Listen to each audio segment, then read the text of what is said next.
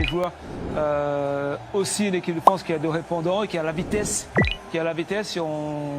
peut-être la première fois qu'ils vont subir peut-être l'Espagne qui vont faire un choix de subir face à l'équipe de France, mais ça m'impressionne pas plus que ça. Ils ont eu l'effet contre le Portugal, la blessure de Nuno Mendes et là aujourd'hui celle de Courtois qui joue aussi à leur faveur dans ces deux rencontres. Du côté espagnol, du côté de l'Espagne, j'ai apprécié deux joueurs. J'ai apprécié Rodri, ce capitaine, et Dani Olmo, deux garçons dans ce cœur de jeu qui ont répondu, on va dire, dans ce style de jeu de cet espagnol en voyant les deux joueurs réaliser cette performance. Rodri, c'est un garçon qui a quand même été blessé assez durement durant la saison. Il est en train de refaire surface, il est en train de revenir et on le voit que c'est vraiment le mec à jouer dans ce cœur de jeu, comme pivot, comme joueur qu'il est. Et Dani Olmo, mais après, c'est vrai que quand on voit cette Espagne, il va falloir qu'elle fasse un gros match face à l'équipe de France. Parce que c'est vrai qu'il y a quand même encore des imperfections. On les a vus se faire, s'ils pressent ou s'ils font peut-être dans le dos, ils vont peut-être se faire surprendre parce que l'équipe de France, elle a quand même des éléments différents à ceux de la Belgique sur le plan offensif. Il faudrait qu'ils fassent très attention là-dessus. Et différent du Portugal également. Il y a quand même la profondeur de banc et ça c'est la bonne soirée au-delà de la qualification très importante pour l'Espagne, pour Luis de la Fuente. Il y a le retour de Nico Williams, ce joueur qui une fois de plus rentre et décisif. Il l'avait été, souvenez-vous, face au Portugal. Merino, il rentre à quelques minutes, regardez, à 5 minutes de la fin du temps réglementaire. Il va être décisif en se faisant oublier sur un coup franc rapidement joué qui va être obtenu, regardez, au début du temps additionnel. Et ce ballon qui est donné en profondeur pour Merino. Ce soir encore, avec son pied gauche, il vient ajuster. Il y a cet effectif. Quand même, on voit Fabien Ruiz qui rejoue, Pedri qui peut rentrer. Sonny, on sait que la compétition est longue et mardi, c'est souvent un banc qui peut faire des différences. Oui, parce que peut-être au début de cette rencontre aujourd'hui, on pouvait imaginer que Merino allait débuter à la place de Pedri ou Fabien Ruiz. Le choix de coach, c'était de faire jouer Fabien Ruiz, qui marque le premier but, et garder Merino sur le banc, qui rentre encore une fois et qui est décisif. On va dire, il a senti le jeu, que nous, on n'avait pas senti, mais lui, il a senti ça, le coach. Non, c'est vrai, comme le dit bien Sonny, c'est vrai que les choix de l'entraîneur, en commençant, il fait, on va dire, un 11 de départ et ensuite, il sait très bien qu'il aura aussi l'occasion de faire des changements. Et c'est vrai que Merino est encore là pour marquer ce but décisif comme il l'a fait dernièrement. Voilà, ce Merino est peut-être le bon remplaçant, tu sais, il restera sur le banc contre l'équipe de France, il rentrera en deuxième mi-temps, en espérant qu'il ne marquera pas. C'est ça que je vous dis. Qu'il ne marquera pas cette fois-ci. Mais tu sais, ce qu'on voit encore de l'Espagne, c'est encore cette défense. La défense, elle est là, elle est présente avec ces deux garçons qui sont Porro et Cucurella sur les côtés. Ouais, mais pour l'instant, Louise, il n'y a pas eu d'équipe qui a attaqué cette Espagne. Ouais. Et là, en revanche, contre l'équipe de France, c'est l'attaque. Et là, ils vont être confrontés.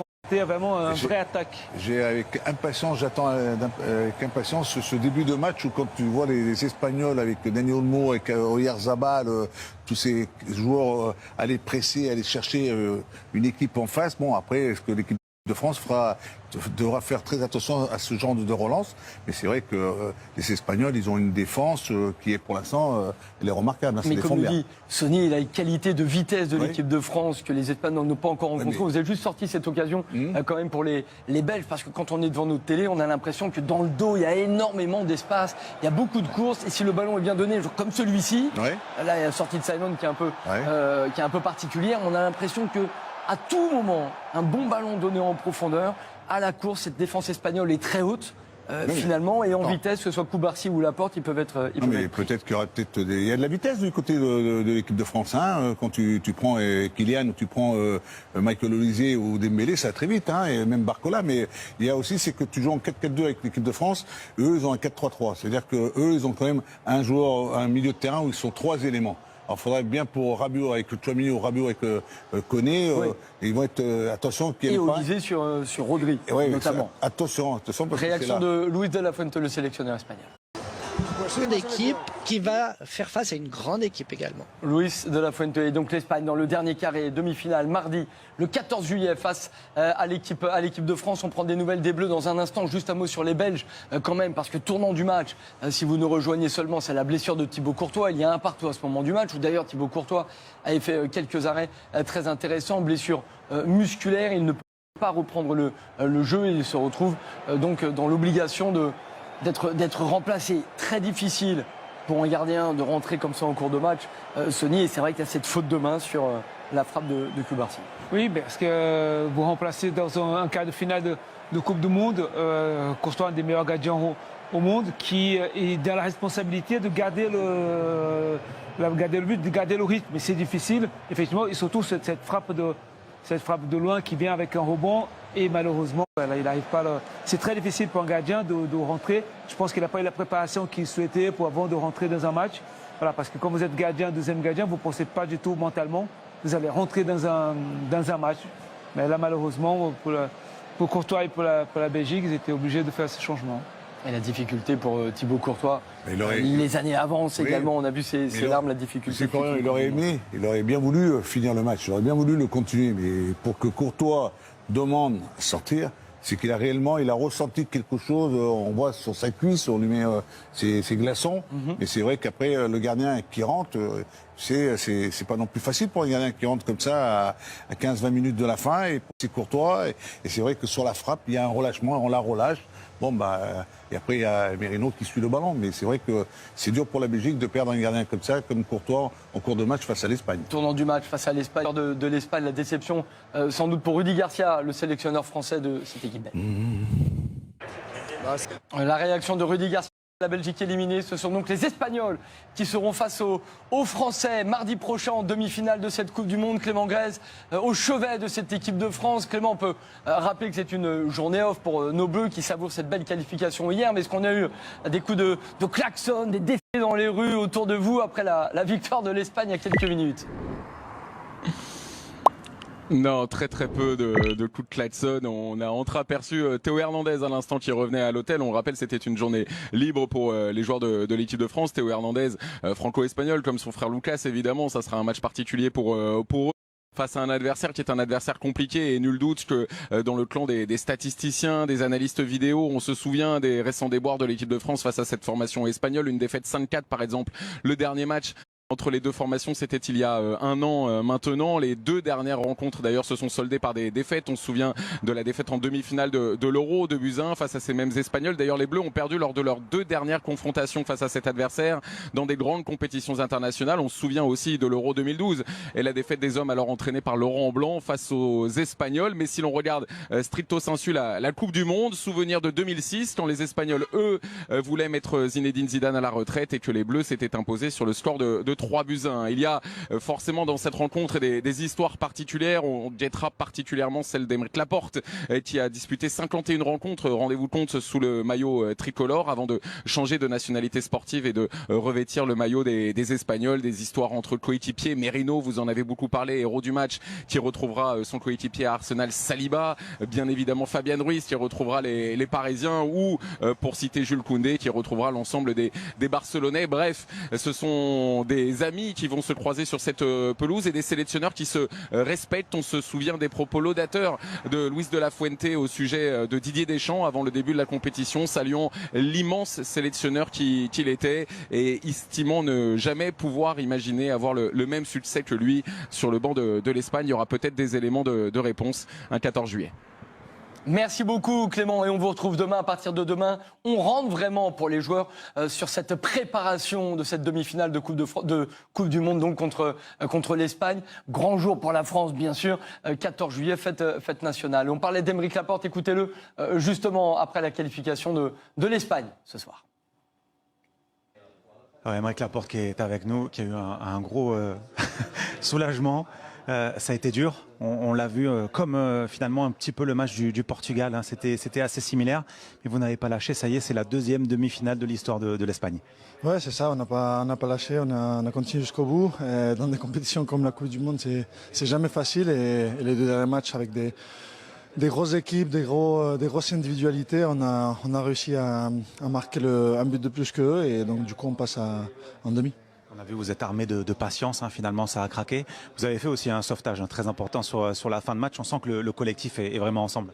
Ouais, c'est ça. Je pense que l'esprit de l'équipe, le jeu qu'on produit, c'est justement par rapport à ça. On est tous ensemble. Ceux qui jouent, ceux qui rentrent, on le voit bien. Le dernier match, Ceux qui sont rentrés, ils ont fait la différence. Cette fois-ci aussi, voilà, on est très content parce que le groupe il vit bien, même s'il y a des joueurs qui ont moins de minutes que d'autres. Mais voilà, le résultat il est là et c'est le plus important. C'est la France en demi. Qu'est-ce qu'on ressent là au fond? Ça y est, ils arrivent. C'est une des équipes favorites, on le sait. Voilà, et ils ont des grosses individualités. Après, voilà, nous, il faut qu'on fasse notre boulot. On va essayer de produire notre meilleur jeu et puis après, on verra ce qui se passe. On est très fiers de ce qu'on a fait jusqu'à aujourd'hui, mais c'est pas fini. On a une grosse ambition et on espère passer. Merci. Juste avant de vous libérer, il prend quoi au petit-déj, Michael Merino? C'est quoi le secret en fait? Aucune idée. Je le vois pas souvent au petit-déj. Merci beaucoup. Bravo. Merci John Ferreira, envoyé spécial à Los Angeles. Merci à Aymeric Laporte. Le rendez-vous est pris. Ça s'annonce quand même. On aura l'occasion d'en reparler. Mais quelle demi-finale, quelle affiche entre une équipe de France quasiment irrésistible, les flèches devant, l'Espagne, sa maîtrise, son collectif et sa star également, Lamine Yamal, qui sera extrêmement attendu. Notamment, souvenez-vous, on en avait parlé après ses déclarations il y a quelques jours. Écoutez. ¿Colocas a una favorita número 1? No. ¿No? No. Yo creo que no hay ninguna selección que digas, a esta es imposible que le ganen. No, imposible de ganar no. Pero, por ejemplo, ¿Francia mejor que nosotros? No. ¿No? No. No nos han ganado desde la Eurocopa. No pueden ser mejor que nosotros. Bueno, pero digo lo que están mostrando. Eso da igual. La fase de grupo no tiene nada. Mira Alemania. O sea, el Mundial empieza ahora. ¿El Mundial empieza ahora? Claro. O sea, es que ahora no tiene nada que ver con los partidos. Nosotros podemos haber empatado todo. Y ahora eliminamos a Francia y ya está. Entonces yo creo que no hay ninguna favorita. Obviamente Francia llega en muy buen nivel, muy buena forma, tiene buenos jugadores, pero no creo que esté por encima de ninguna. O sea, ninguna, para mí ninguna está por encima de ninguna. Voilà, nous verrons cela. Bien sûr, ce sera mardi la réponse. C'est Yamal, Luis Sonis. C'est pas un énorme Yamal. Jusqu'ici, mardi, tout peut changer, bien sûr.